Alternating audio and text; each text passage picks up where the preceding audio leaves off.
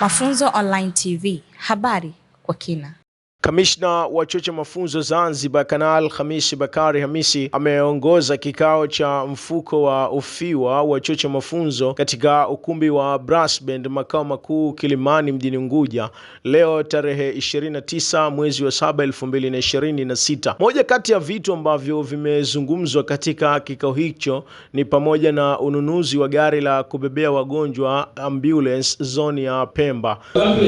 Hatununui kwa target ya kupeleka mwili peke yake. Tunanunua kwanza kuhudumia wagonjwa wetu na familia zetu.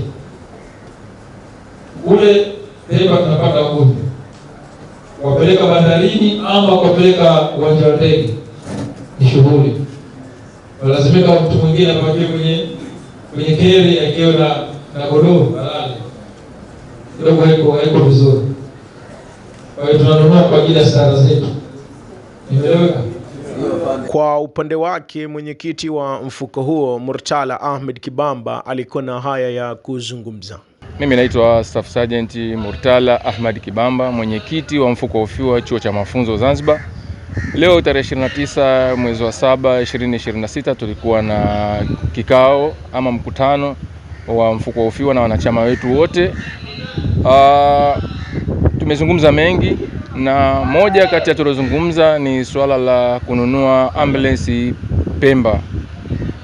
Takriban mwaka mmoja uliopita tumenunua ambulance Unguja, lakini sasa tunatarajia kununua ambulance ya Pemba.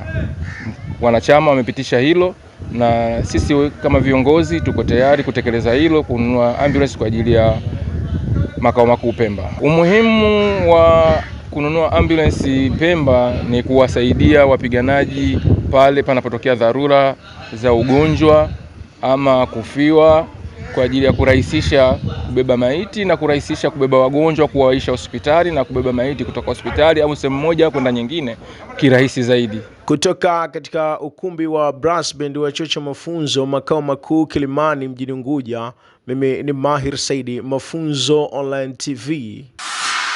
Mafunzo Online TV, habari kwa kina.